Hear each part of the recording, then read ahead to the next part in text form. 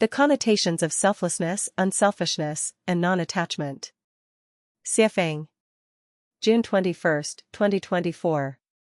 Selflessness. There is inherently no self in the universe, everything is merely a manifestation of the consciousness of the greatest creator. In a computer game, there are countless characters, and those characters believe they have a self, but in reality, they are just manifestations of the game designer's consciousness.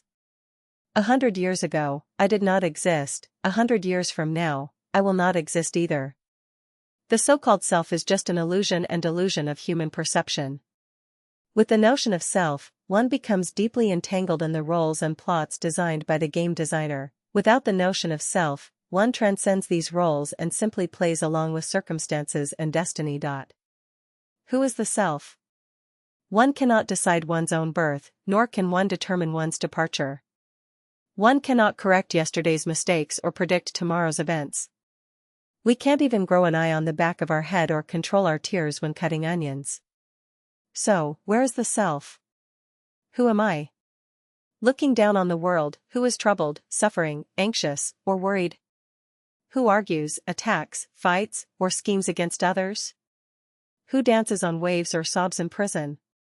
Who shines on the red carpet or wanders in the bitter rain? It is the self.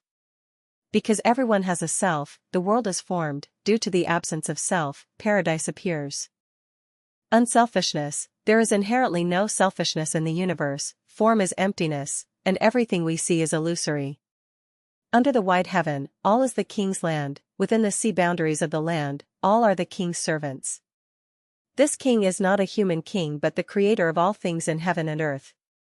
What is mine, yours, or his? People don't even know their own life trajectories and can't control their lives, let alone grasp external things. Which emperor can hold on to his kingdom firmly? Which billionaire can take his wealth with him?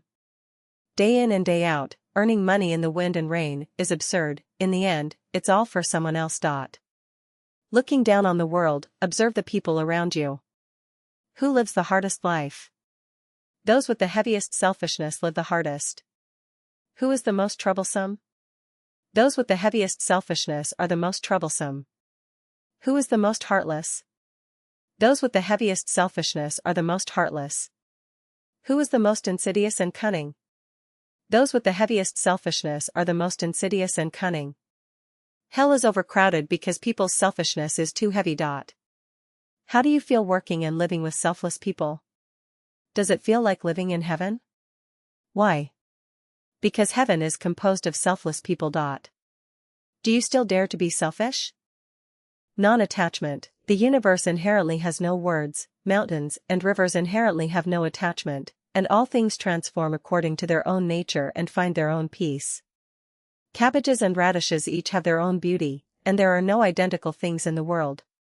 Each person has their own face, each person has their own heart, each has their own path, and each has their own destination. Let those who love bread eat bread and let those who love beer drink beer. Do not interfere, do not force, see everything as pleasing, hear everything as reasonable, this is non-attachment. Who can turn a cabbage into a radish? Who can turn a cat into a dog? It is impossible.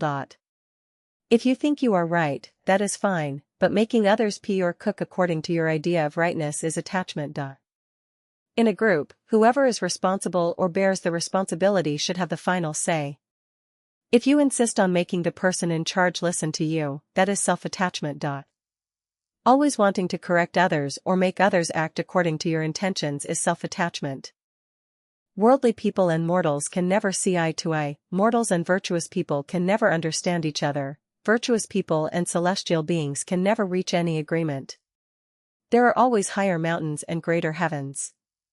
If you value interests, you are a worldly person. If you value feelings, you are a mortal. If you value logic, you are a virtuous person. If you value spirituality, you are a celestial being.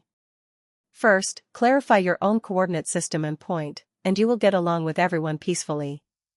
If a worldly person wants to correct a mortal wants to correct a virtuous person, and a virtuous person wants to correct a celestial being, it is like a hen trying to teach a phoenix how to fly, ignorant of the heights of the heavens and the depths of the earth. Without attachment, the world is peaceful, and life is satisfactory. With attachment, storms arise, and chaos ensues.